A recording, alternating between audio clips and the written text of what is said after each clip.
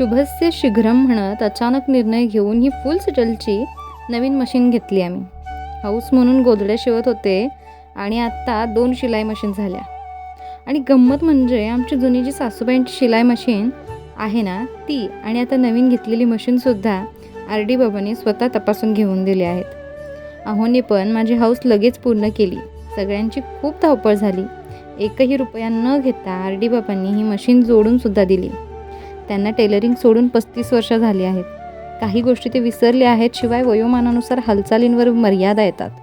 ताकद कमी पडते. शिवाय दिवसभराच्या प्रवासाचा ताणसुद्धा होताच.